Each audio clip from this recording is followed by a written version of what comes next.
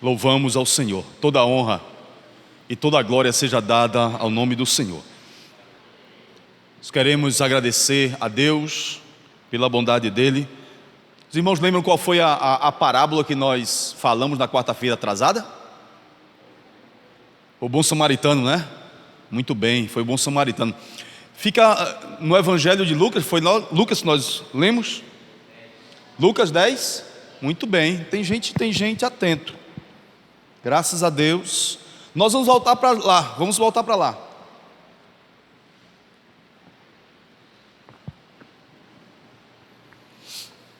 Glória a Deus. A palavra do Senhor, ela é viva, ela é eficaz. E nós louvamos ao Senhor, porque essa palavra nos edifica e tem nos feito crescer nele, para a glória dele, e nos edificar na rocha que é Cristo. Nós vamos para Lucas 10, vamos ler o versículo 36 e o 37 apenas.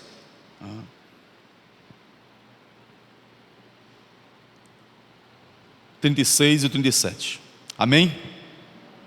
Qual destes três te parece ter sido o próximo do homem que caiu nas mãos dos salteadores? Respondeu-lhe o intérprete da lei, o que usou de misericórdia para com ele. Então lhe disse Jesus: vai e procede tu de igual modo. Amém. Nós queremos, nesses dois últimos versículos dessa parábola, nós queremos pedir a cada irmão, a igreja do Senhor, que focalize, que mentalize, que traga ao coração a palavra da obediência de Jesus, a palavra da obediência dele, o pedido que ele faz ao intérprete da lei. Se todos nós aprendemos o que valia essa parábola, que história era essa que Jesus interpretou para ele? Jesus interpretou uma história para o intérprete da lei, e ele não fazia ideia. Antes de Jesus falar com ele, ele não fazia ideia das coisas que estavam ali escondidas naquela parábola. E quando Jesus destrinchou para ele tudo ali, quem representava e o que ele representava, e que o intérprete da lei não havia conseguido captar, ele disse: você que agora conhece, você que agora sabe, você vá e faça da mesma maneira. Agora que você entendeu a palavra, vá e obedeça. Agora que você compreendeu qual é a vontade de Deus nessa palavra, você vai lá e faz dessa mesma maneira. Amém? Então o desafio da palavra do Senhor para nós sempre é obedecer a palavra. Porque existem grandes perigos em nós sermos conhecedores, mas mal observadores. Tiago vai dizer que nós estamos enganando a nós mesmos, vivendo uma mentira, numa bolha, né? Evangélicos, frequentando igreja, carregando Bíblia, aprendendo canções, mas vivendo numa bolha, enganando-nos a nós mesmos. Isso é a palavra de Tiago.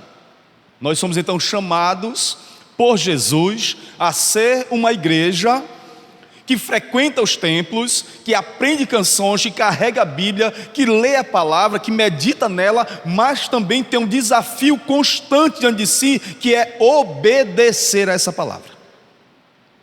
Amém? É o grande desafio da igreja. O grande desafio da igreja não é fazer grandes sinais, nem grandes eventos. O desafio da igreja tem que ser conhecer a vontade de Deus expressa na sua palavra e obedecer essa palavra. Esse é o grande desafio, atravessando todos os séculos da igreja. Amém? Até hoje ele permanece. Nós temos que estar atentos a isso. A nossa maior preocupação tem que ser: como é que eu vou colocar em prática a palavra que eu recebi hoje à noite? Essa tem que ser a maior preocupação do crente. De que maneira, Senhor? Me ajuda. É a mesma coisa que você lê Jonas. Lê Jonas, aí você vê que Deus chama um homem para pregar a palavra dele, para fazer a obra dele, para fazer os sinais dele, para fazer o nome dele engrandecido, e ele tem dificuldade para obedecer a palavra do seu Senhor. Então, o desafio do crente, o desafio da igreja é como querer o que Deus quer, como fazer a vontade de Deus, como entender essa vontade, como viver essa vontade e como praticar essa vontade. Amém? Porque senão nós vamos ser que nem Jonas, todo o tempo querendo ir para Ibiza.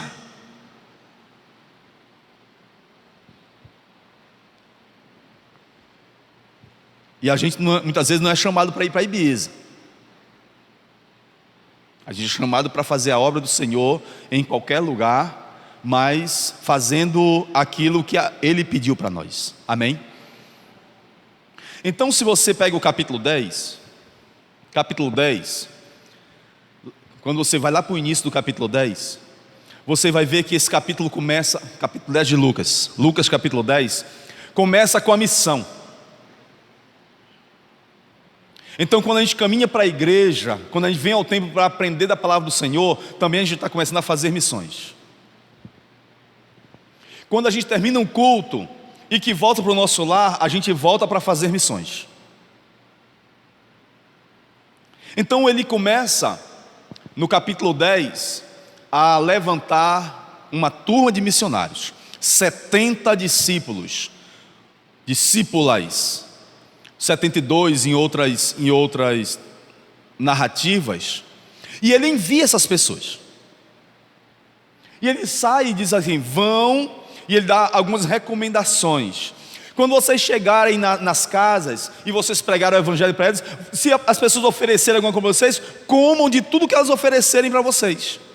Se elas derem bem, se elas não derem tudo bem, se a cidade que vocês forem bem recebidos, preguem o evangelho, saturem ela com o evangelho, anunciem o reino de Deus. Mas se essa cidade ela não receber vocês forem desprezados, maltratados, cheguem lá, batam até a poeira, eu não vou levar nem a poeira de vocês.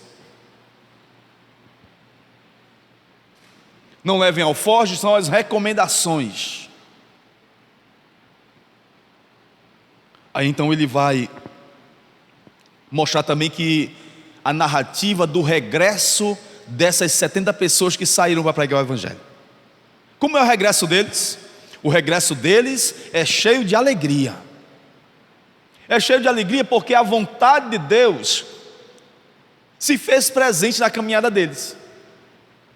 Eles disseram: Senhor, que maravilha foi essa missão, que viagem missionária abençoada. Os demônios nos submetiam, não havia embaraço para nós.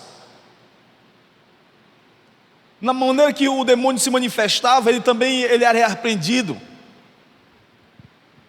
Mas Jesus, ele chama a atenção dessa turma de missionários e diz: olha, presta atenção, porque muitas vezes isso pode ser um orgulho para vocês.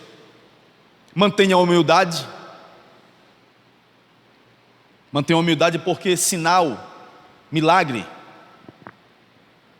serve para muita coisa, principalmente para mostrar o poder de Deus. É para isso que serve o milagre, é para isso que serve o sinal, para demonstrar que Deus é poderoso. O milagre, a operação de maravilhas é uma coisa maravilhosa, é uma coisa singular, mas ela serve para dizer o quanto Deus é poderoso. Mas o milagre não salva. O milagre não quer dizer que você tem intimidade com Deus, porque Deus pode manifestar o poder dele em várias pessoas. Mas o fato de Deus manifestar o poder dele nas pessoas e através das pessoas não significa que essas pessoas que receberam o milagre ou que operaram o milagre tenham lugar em Deus e têm comunhão com Deus ou têm intimidade com Deus. É isso que ele diz: cuidado. O que importa é que o nome de vocês esteja registrado nos céus. Amém? Então, A grande dificuldade muitas vezes com a igreja moderna é que ela se liga muito em sinal, ela se liga muito em operação de maravilhas, ela se liga muito em milagres. Mas, muitas vezes, uma busca pelo milagre, uma busca pelo sinal, uma busca por aquilo que é maravilhoso, não reflete a intimidade com Deus. Sabe qual é a moda hoje, filho? São pais e mães tatuarem o nome dos seus filhos.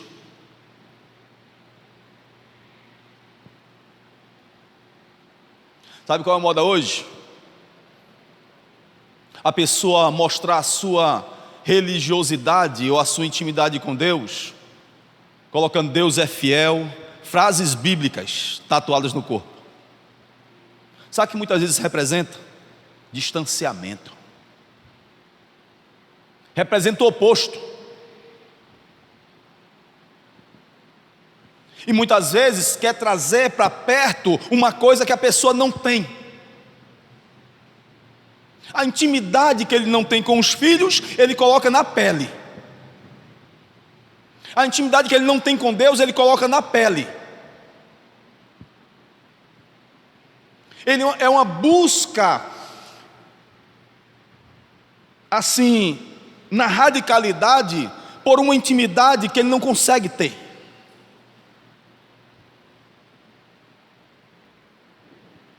Esse é o maior vexame de uma sociedade sem Deus, mas que anseia por Deus. Mas essa ansiedade por Deus não se traduz numa busca correta de Deus. Porque a busca correta da intimidade com Deus é seguir Jesus. E o seguimento de Jesus é: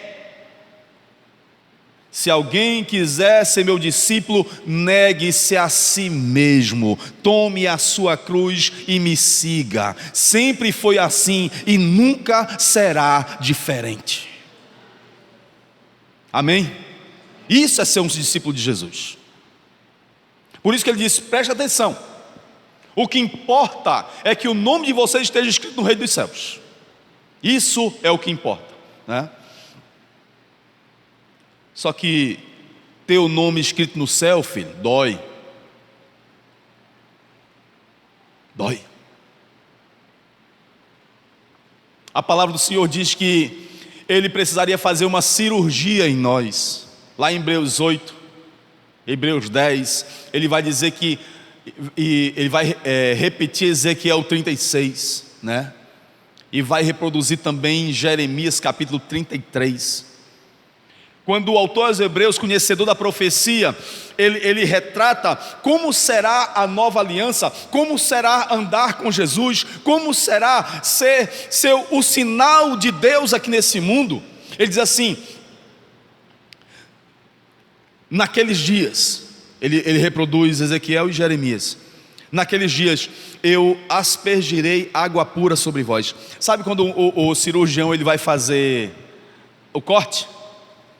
O que é que ele faz antes de fazer o corte com bisturi? Asepsia. Ele lava, ele pega o espuricidinho, ele pega aquela coisa lá, aquele líquido marrom, e que espuma e passa aonde vai fazer incisão, e ele então corta. Ele diz assim: eu aspergirei água pura sobre vós, e vos purificarei das vossas iniquidades. Então tirarei o coração de pedra e colocarei em vocês um coração de carne, para que me temam.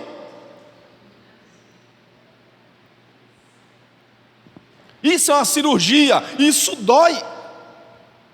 E lá em Jeremias capítulo 33, diz que ele pegaria as suas leis e nos nossos corações e na nossa mente as inscreveria.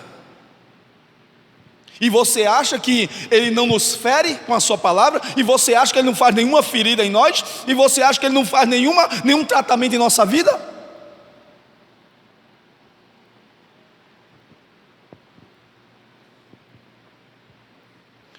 Quando nós éramos pequenos, não tinha essa febre de tatuagem que tem hoje. e não tinha acesso, as pessoas se tatuavam com castanha de caju. Lembra? Acontecia aqui também? Acontecia aqui também, né? Muito bem. Hã? Não, mas lá fazia era querendo. Pegavam a castanha crua, né?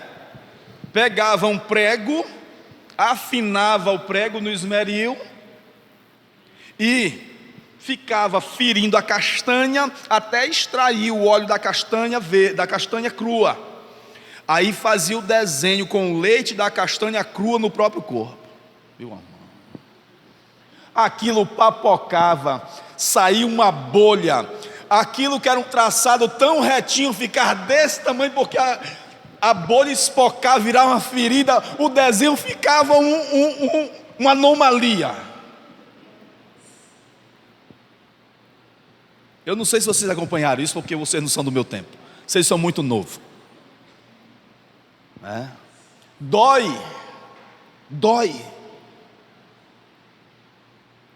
As marcas de Cristo em nós doem, porque precisa de um coração novo.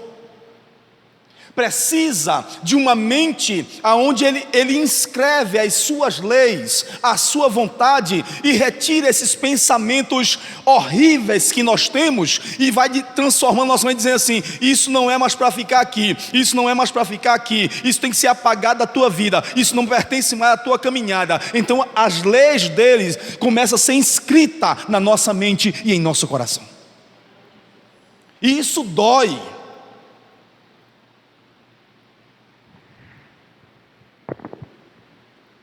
E as pessoas não conhecem a profecia, as pessoas não conhecem a palavra do Senhor, as pessoas acham que ser discípulo de Cristo é apenas vestir uma camiseta, é apenas fazer uma tatuagem dizendo que Deus é fiel. Não! Teu nome escrito no reino dos céus é uma caminhada de descoberta de quem Deus é. Qual foi a vontade dele ao enviar Jesus para ser o verbo de Deus entre nós? É entender que nós somos agora controlados pelo Espírito Santo que habita em nós, e que essa habitação do Espírito em nós é para nos fazer igreja, para ser sal e luz do mundo quando nós sairmos do culto. Este é o eterno propósito de Deus. Os que de antemão conheceu, também os predestinou para serem conforme a imagem do seu Filho. A igreja precisa entender isso.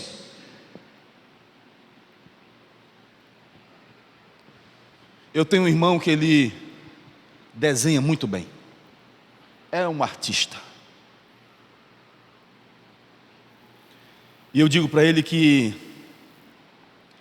ele perde muito em não desenhar a palavra de Deus, porque a igreja do Senhor precisa da palavra desenhada na frente dela, porque a gente precisava desses slides, a gente precisava de uma tela com esse desenho desse eterno propósito de Deus, dessa palavra de Deus desenhada, para ver se entra na cabeça do povo. Ah, se eu soubesse desenhar.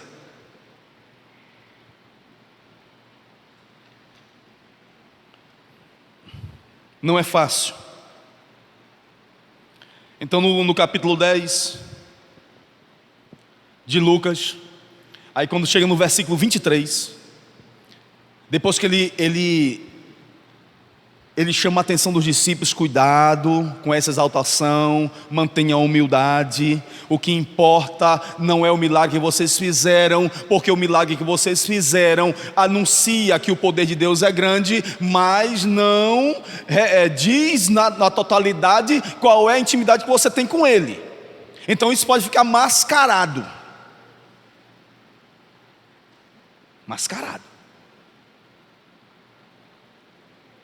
E o que mais tem lotando os templos são crentes mascarados, que correm atrás de sinais, correm atrás de milagres, mas não têm intimidade com Deus. Cuidado. No versículo 23, ele vai dizer assim: eu tenho um segredo para vocês.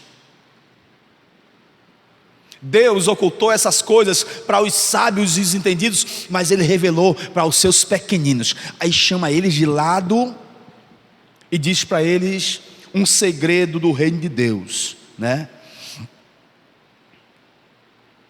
Assim, ó. Sabe o que aconteceu com vocês agora nessa viagem missionária? Muitos reis e muitos profetas quiseram ouvir o que vocês ouviram e ver o que vocês viram, e eles não puderam. Então vocês agora são bem-aventurados por serem participantes dessa missão, junto com o Filho de Deus. Você vai ver isso quando Jesus está se referindo aos santos, aos líderes do povo de Deus, a Davi, a Salomão, a tantos reis, a quem foi revelado o Messias, a todos os profetas que falaram acerca dele, a Abraão que viu o seu dia e sorriu.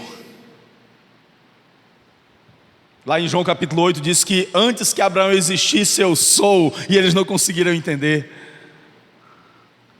Quando essas pessoas ouviram a inspiração de Deus e falaram acerca do Messias e profetizaram acerca do Messias, a vinda de Jesus ao mundo, eles perceberam a grandeza do poder de Deus, a grandeza do amor de Deus, a misericórdia do Senhor, o grande plano da salvação para o resgate da humanidade, e eles perceberam tudo isso nas suas vidas, mas eles não alcançaram isto. Aí, abra sua Bíblia em Hebreus capítulo 11, eu acho que é 11. Hebreus capítulo 11, procura o versículo 39. Então esse segredo, esse alerta, esse ensinamento particular que ele dá para os discípulos, nós temos que aproveitar. Muitos reis e profetas quiseram ouvir o que vocês ouviram, ver o que vocês viram, e eles não puderam. Vocês são bem-aventurados.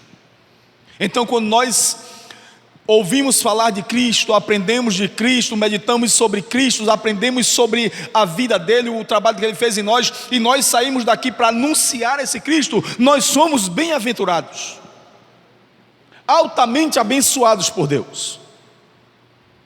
Quem pode ler o versículo 39 de Hebreus 11?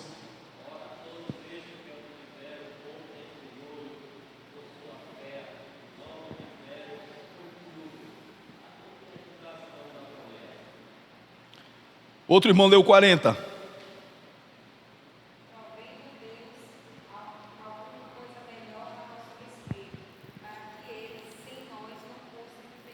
Aleluia. Olha que beleza. A obediência deles, sem ver. A obediência deles, sem essa escritura que nós temos. A obediência desses homens e mulheres, desses heróis da fé de Hebreus 11. Todos eles obedeceram e caminharam por uma promessa, por fé, sem enxergar Jesus, sem conhecer Jesus, sem ver os milagres dele, mas em todo o Antigo Testamento a caminhada deles foi moldada e pavimentada pela promessa de Cristo ali, e eles caminharam por essa fé, olhando para frente. Aí quando ele diz assim, o autor aos Hebreus, ele chama a atenção e diz: todas essas pessoas alcançaram a salvação, um bom testemunho pela fé, olhando essas cores de longe, entendendo a profecia de longe, mas obtiveram um bom testemunho, né? E se mantiveram firmes e obedientes diante do Senhor, mas não tiveram a possibilidade de ver o Cristo. Essa promessa que estava diante deles, na vida deles, e estava ali sinalizada em todo o texto bíblico, a presença de Cristo, eles não conseguiram, não concretizar a maravilha de ver Jesus, mas eles permaneceram firmes nesta promessa. Amém? Quando Jesus chega para esse intérprete da lei e diz: rapaz, você é tão bom interpretando a lei, você é um cara tão inteligente, já que você já sabe que desses três, aquele que foi o próximo do caído, do machucado, foi aquele que usou de misericórdia? Já que você agora sabe disso, reproduza esse pensamento. Faça do mesmo jeito. Obedeça. Este é o grande desafio da igreja do Senhor. O desafio de ser igreja no mundo é missão e obediência. O desafio nosso de ser igreja do mundo é missão e obediência. É fazer a obra do Senhor e obedecer a sua palavra. Amém? Primeira coisa que nós precisamos meditar nesse entendimento da obediência ao Senhor, e que era difícil para o judeu, assim como era difícil para nós hoje, era difícil também para o judeu reconhecer em Jesus o Messias. Esse intérprete da lei chega para Jesus do mesmo modo que Nicodemos chegou para Jesus. Lembra de Nicodemos, João 3? Pois é. Nicodemos também era um mestre da lei, um intérprete da lei, aquele que ensinava a lei, um doutor da lei. Mas ele foi ter de noite com Jesus, né? E ele perguntou: mestre, de tantas pessoas que se levantam para ser o Messias, ninguém melhor do que o Senhor para ser Messias. Dá para notar que Deus está com você, dá para notar que você tem todas as prerrogativas para ser o Messias. Você faz sinais, e os sinais que o Senhor faz, não se faz se Deus não estiver com a pessoa. Então você reúne todas as possibilidades de ser o nosso Messias, o nosso resgatador, o nosso chefe político, o nosso rei, o nosso governador, aquele que nos libertará desse jugo romano, desse paganismo que tomou conta da nossa vida. Tu és o nosso Messias. Ora, uma pessoa que pode ter um exército na sua frente, pode ter um mundo na sua frente, porque quando está com fome, ele multiplica pão e peixe. Não vai faltar comida para esse exército. Quando eles ficarem doentes, ele cura. E se eles morrerem, ele ressuscita.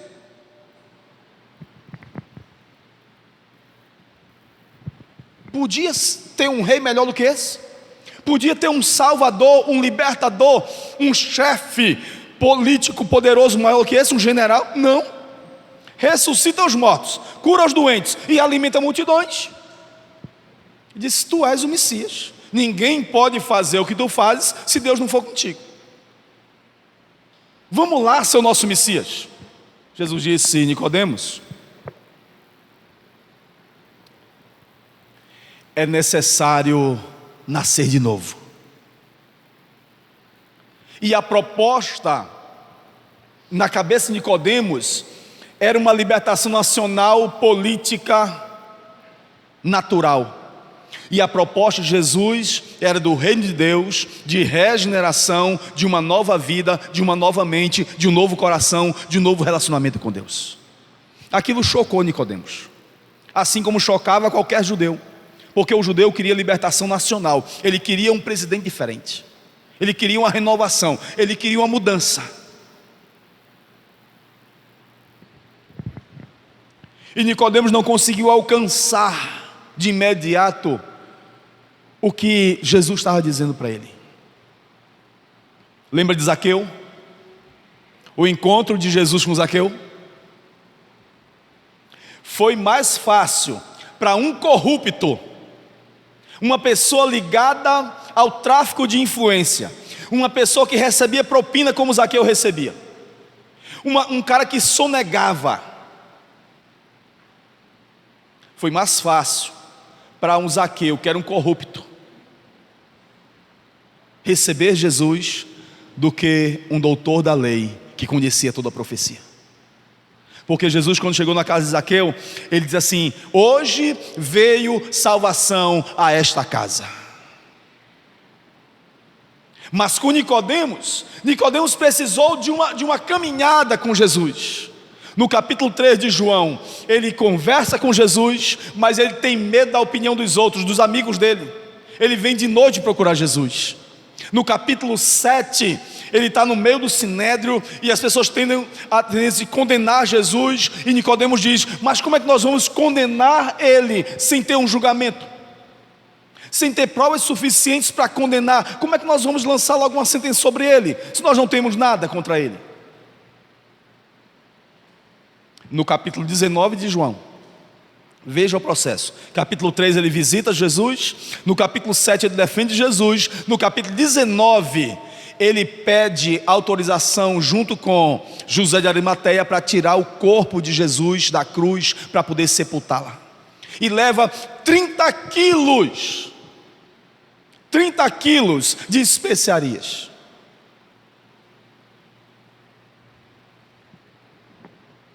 Para poder embalsamar o corpo de Jesus. Perceba que o envolvimento de Zaqueu é rápido, é forte, é preciso. Ele diz: Senhor, a partir de hoje, a quem eu defraudei, a quem eu enganei, a quem eu cobrei mais, a quem eu dei propina, eu vou mudar minha vida. A quem eu prejudiquei, eu vou restituir 4 vezes mais. E Jesus disse: hoje teve conversão desse coração.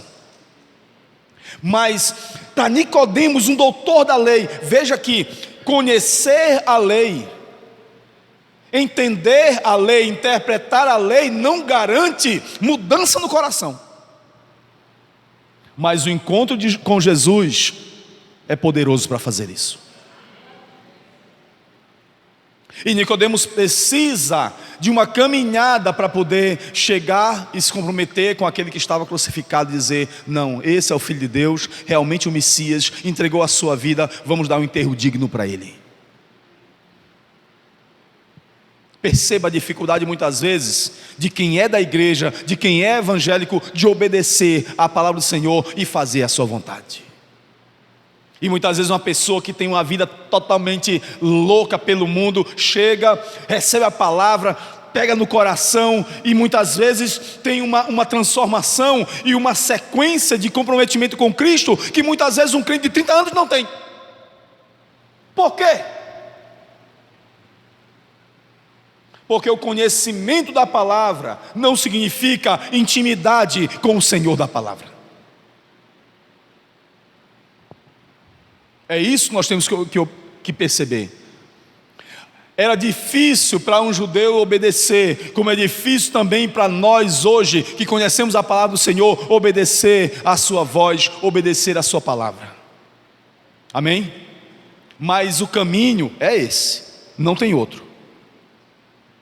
Não tem outro caminho. Por isso, conhecimento sem obediência, ele é inútil. Eu quero convidar você para abrir sua Bíblia em Mateus capítulo 7.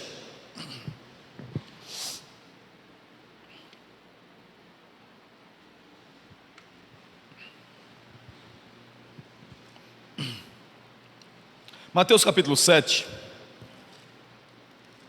vai nos alertar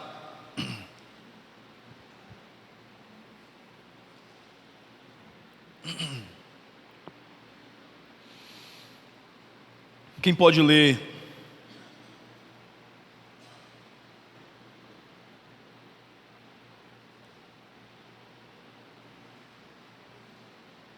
O versículo 24.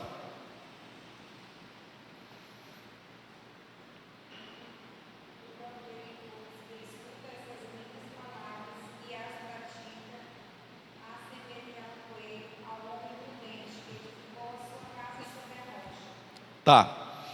Então, aquele que ouve as minhas palavras e pratica, será considerado uma pessoa prudente, porque edifica uma casa sobre um bom fundamento. Outro irmão leia o versículo 26.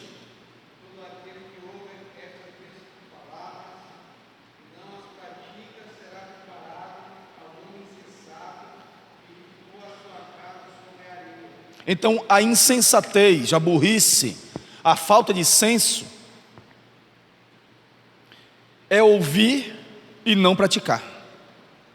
Então a nossa intenção ao meditar nessas coisas e na obediência à palavra do Senhor, é porque ela vai fazer a diferença entre nós sermos iníquos ou não, em nós estarmos praticando iniquidade ou não. Porque tem essa relação de obediência ou desobediência e iniquidade. Obediência, galardão. Desobediência, iniquidade. Será que eu posso conhecer Deus? Será que eu posso conhecer a palavra de Deus e mesmo assim praticar iniquidade? É possível. É possível. Veja. Mateus 7. Outro irmão leia o versículo 21.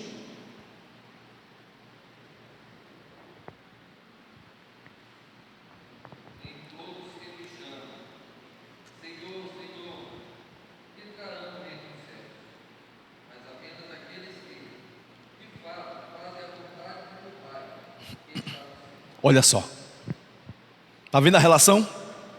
Percebe a relação entre obedecer, ser sensato, obedecer e receber galardão, e não obedecer e cometer iniquidade? Porque nem todo aquele que me diz Senhor, Senhor, entrará no reino dos céus, mas sim aquele que faz a vontade de meu Pai que está nos céus.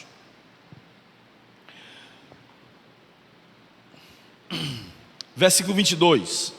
Muitos naquele dia hão de dizer-me Senhor, Senhor, porventura não temos nós profetizado em teu nome? Em teu nome não expelimos demônios, em teu nome não fizemos muitos milagres? Percebe a preocupação da igreja moderna?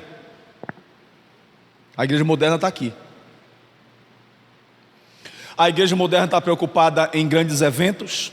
A igreja moderna está preocupada em grandes templos. A igreja moderna está preocupada em grandes manifestações de milagres. A igreja moderna está preocupada muitas vezes para fazer grande o seu nome, mas ela não está preocupada em gerar discípulos que sejam obedientes à palavra do Senhor.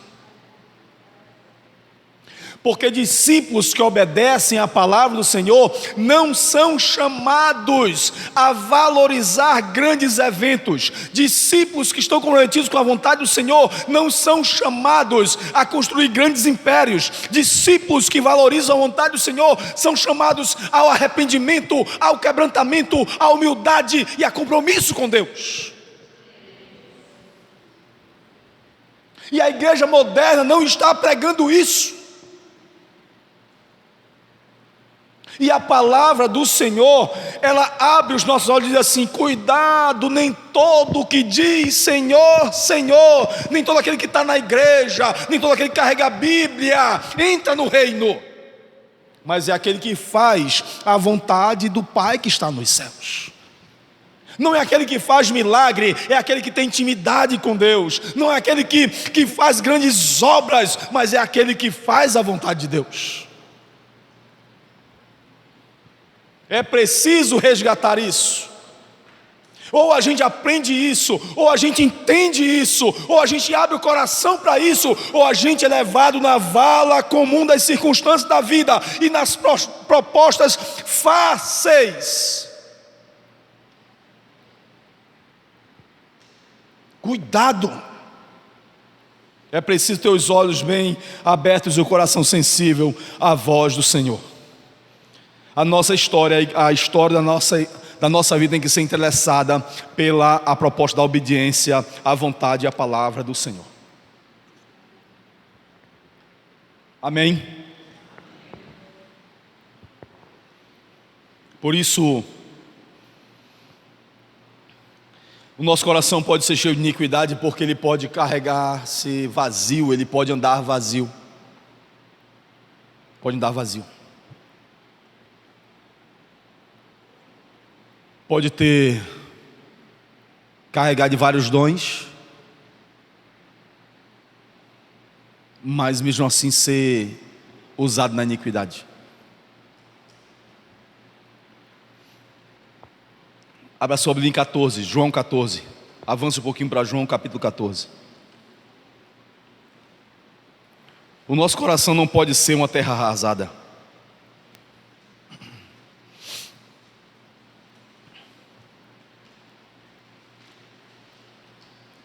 Em João 14, quem pode ler o versículo 15?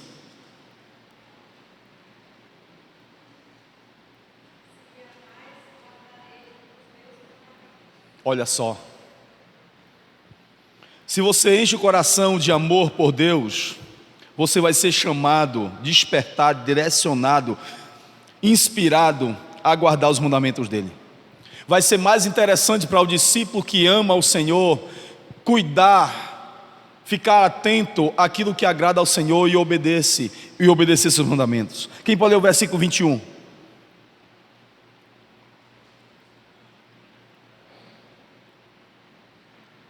João 14, 21.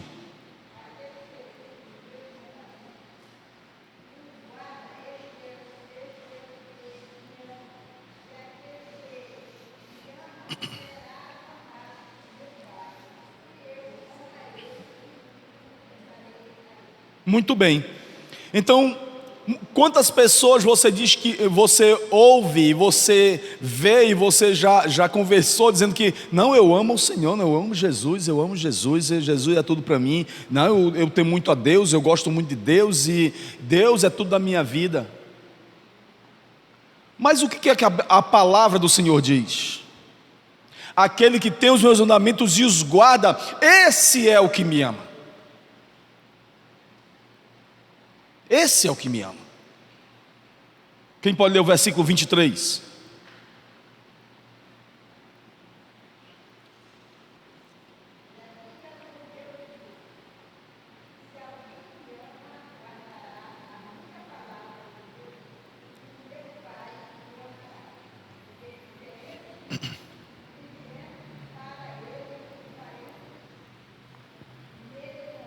Muito bem. Então a diferença entre a pessoa amar Deus de boca e dizer que tem Jesus de boca é o fato de que Deus não faz morada nele.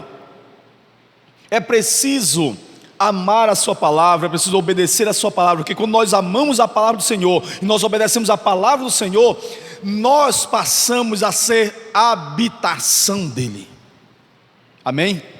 Nós viremos para ele e nós faremos nele morada. E quando você vê uma pessoa que é habitação de Deus e morada de Deus, a vida dele é transformada.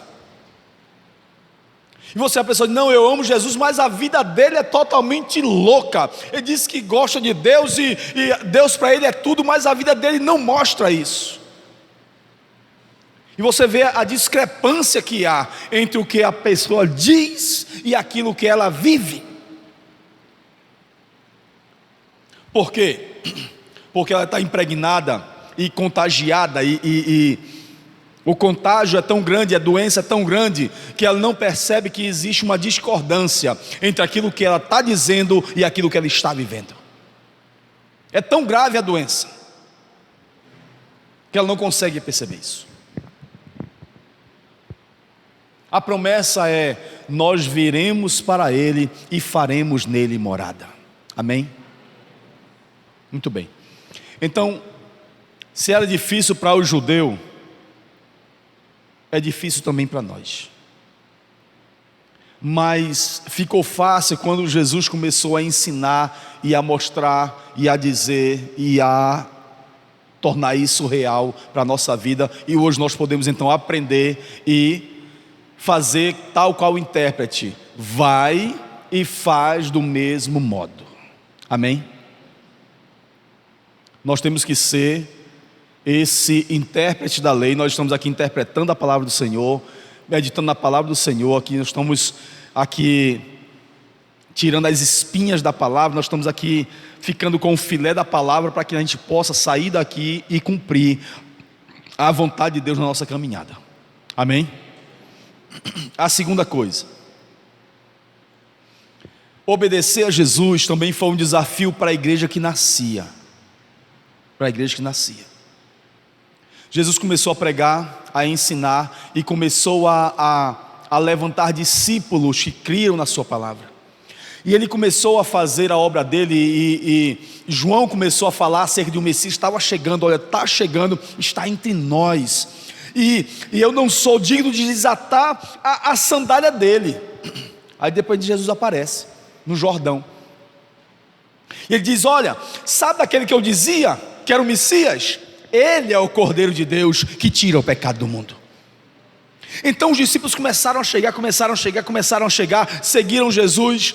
Aí teve um que chegou para Natanael e disse, Filipe chegou para Natanael e disse: Natanael, encontramos o Messias. Sabe, aquilo que os profetas disseram que era ele, chegou Natanael. Aí Natanael disse: mas onde ele é? Nazaré, da Galileia? E porventura vem alguma coisa boa da Galileia? Aí Filipe diz assim: venha, veja com seus próprios olhos. Vem ver, vem experimentar, vem conhecer. Vem conhecer. Então a igreja que nascia era chamada a conhecer Jesus, a ouvir do próprio Cristo, a encher a sua vida do seguimento dele. Amém? De experimentar o próprio Cristo. João disse logo: eu não sou o Cristo. Mas havia esse anseio por libertação. E aí a gente começa a perceber que no Atos dos Apóstolos, esses discípulos que ouviram de Jesus, que eles obedeceram a palavra de Jesus, que diz assim: olha, ficai em Jerusalém até que do alto sejais revestido do poder. E eles ficaram em Jerusalém, e o Espírito Santo veio sobre eles, e eles saíram para fazer a obra do Senhor, e espalharam-se pelo mundo realizando a obra do Senhor. E Atos dos Apóstolos mostra a maneira como a igreja era obediente em seguir Jesus, em ensinar sobre Jesus. Chega no capítulo 11 de Atos dos Apóstolos, capítulo 11 de Atos. Eles estão em Antioquia, e então pela primeira vez eles são chamados de cristãos. Por que eles são chamados de cristãos? Porque eles se parecem com Cristo. Eles são chamados de cristãos. Hoje nós somos chamados de evangélicos.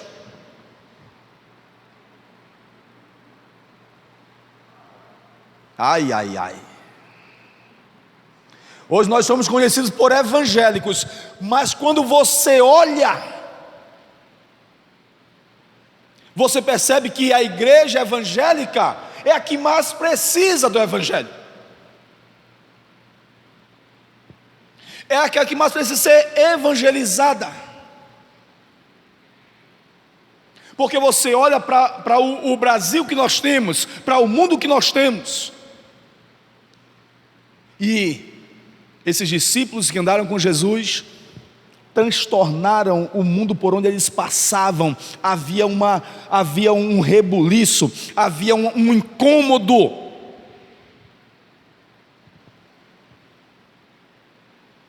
Mas a igreja evangélica no Brasil não incomoda. Ela faz se aliar.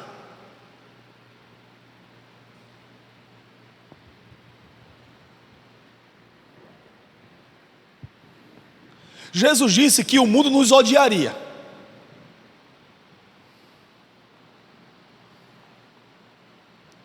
O mundo nos odeia. Sereis odiados por causa do meu nome. O mundo bate a palma para a igreja, irmão. E muitas vezes nós achamos bom.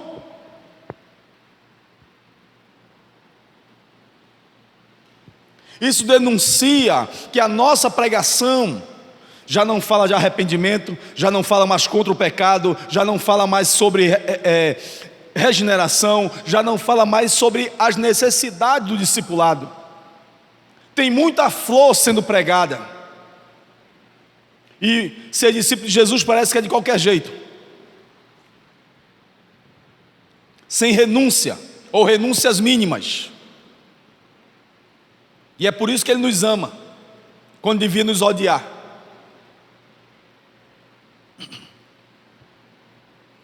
o que a igreja vivia para se parecer tanto com Cristo, é que ela vivia o primeiro amor. Ela vivia esse primeiro amor, essa primeira efervescência do Evangelho, de contemplar Cristo, de ouvir sua palavra e obedecer sua palavra. É um povo que fica no templo até ser cheio do Espírito, então sai do templo para testemunhar o que aprendeu de Cristo. Esse é o nosso desafio. O desafio da igreja aqui, que a igreja nascente, a igreja primitiva mostrou para nós, é que esse Messias que chegou, era um Messias que eles cresceram como discípulos, e eles saíram para obedecer como verdadeiros discípulos de Jesus. Amém? Caminhando no primeiro amor, caminhando nesse amor de Deus. A terceira coisa, eu quero que você abra em Apocalipse capítulo 2. Obedecer era um desafio para o judeu, obedecer era um desafio para a igreja primitiva. E obedecer também é um desafio para a igreja contemporânea, para a igreja moderna. Apocalipse capítulo 2. Quem pode ler o versículo 4?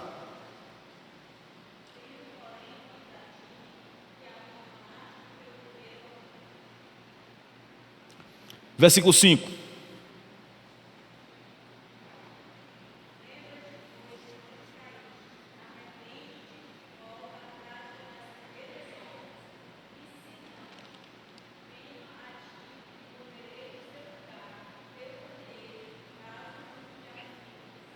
Muito bem. Se a marca da igreja que nascia como discípulo de Jesus era caminhar no primeiro amor, a marca da igreja moderna e atual é caminhar sem o primeiro amor. Tenho, porém, contra ti que abandonaste o primeiro amor. Jesus diagnostica a doença. Falta o primeiro amor. Cadê o fervor? Cadê aquela vontade? Cadê aquele prazer? Cadê aquela força? Aquela ousadia? Cadê? Você abandonou o primeiro amor. Mas ele diz assim: mas tem cura. Lembra de onde você caiu, volta a praticar as primeiras obras, para que eu não venha e não arranque você do lugar que você está.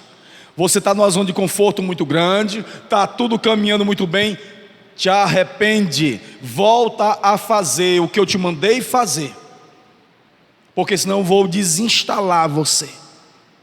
E você sabe como é que Deus desinstala a gente, né? A volta do primeiro amor é o nosso maior desafio. Nós temos que voltar à prática das primeiras obras. É isso que a recomendação do médico Jesus diz assim: volta à prática das primeiras obras, volta ao primeiro amor, né? Então não tem recomendação para nós sermos o que nós somos.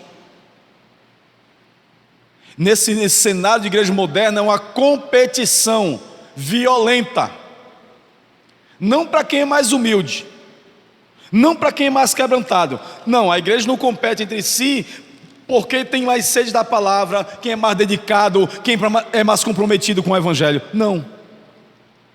A igreja moderna compete nas acomodações. Cada igreja propõe um conforto melhor. Cada igreja propõe um prédio mais luxuoso. Cada igreja propõe para o fiel uma comodidade.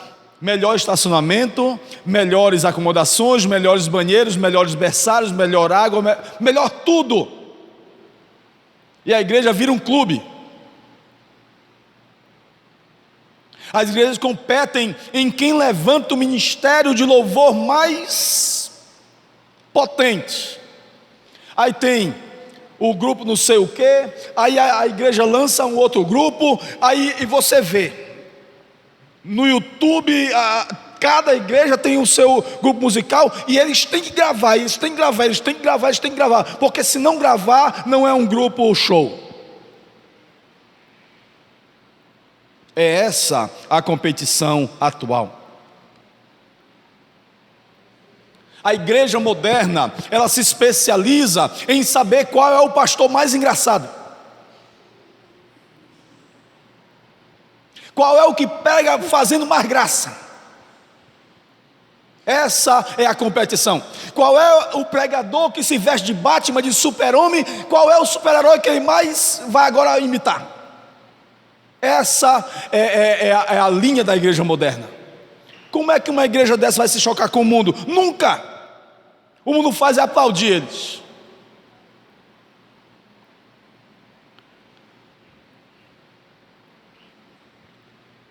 Semana que passou, nós estávamos na reunião da Assembleia da igreja e aconteceu aqui em São Luís. Aqui em São Luís, meu Deus. Agora eu não sei se foi aqui, se foi no Rio de Janeiro, eu não lembro. Aconteceu um seminário do núcleo de psicanálise do Brasil, núcleo dos estudantes de psicanálise da linha lacaniana, de como manipular o pensamento humano. Agora eu deixo você adivinharem quem era o maior número dos matriculados. Pastores.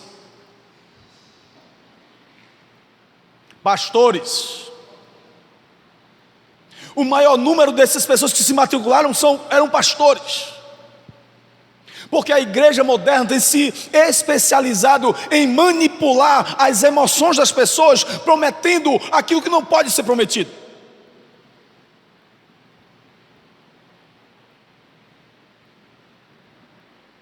É isso que choca muitas vezes a nossa caminhada e que a gente percebe que a igreja está fora do prumo. Porque os intérpretes da lei precisam ouvir de Jesus a melhor interpretação da sua palavra, com um grande desafio de dizer assim: vai e faz de igual modo. Mas para fazer de igual modo, tem que ouvir de Jesus, tem que amar a sua palavra e obedecer a sua palavra. Obediência é o maior desafio na nossa caminhada de missão. Amém? Obediência à palavra do Senhor. Vai e faz de igual modo. Nós temos que voltar à prática das primeiras obras. Para nós finalizarmos, acho que é o último versículo, Apocalipse, acho que é o capítulo 14. Veja, a caminhada de obediência à palavra do Senhor é o nosso maior desafio. Nós estamos aqui nesta noite, estamos aqui meditando a palavra do Senhor nesses meses, acerca de ser sal e luz de Deus. Quando nós saímos desse templo, quando nós terminarmos o culto, quando nós dissermos o amém tríplice, nós saímos daqui depois da bênção para ser sinal da glória de Deus no mundo, obedecendo a sua palavra. Vai e faz de igual modo. Quem pode ler o versículo 13? 14, 13.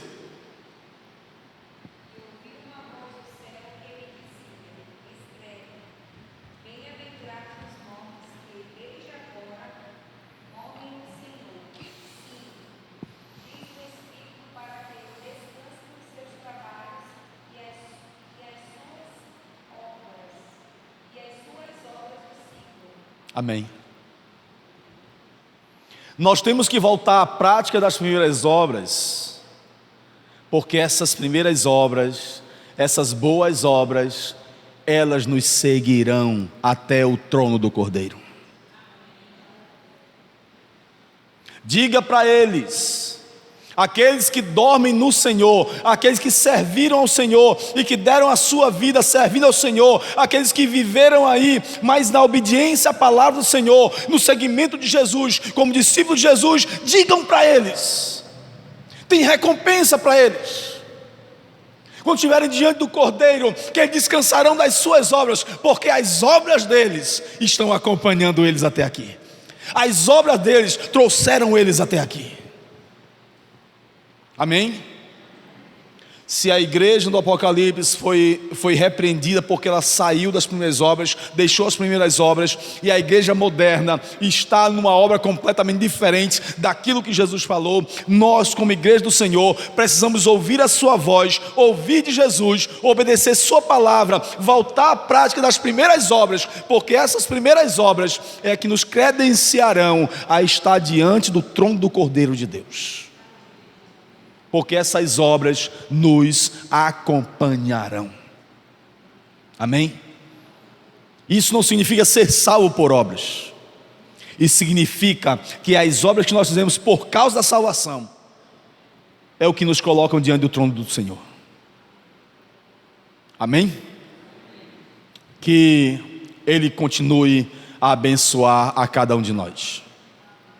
O grande desafio é obedecer a sua palavra, o grande desafio é obedecer a sua voz, o grande desafio é obedecer essa recomendação aqui, e você entenda que dói.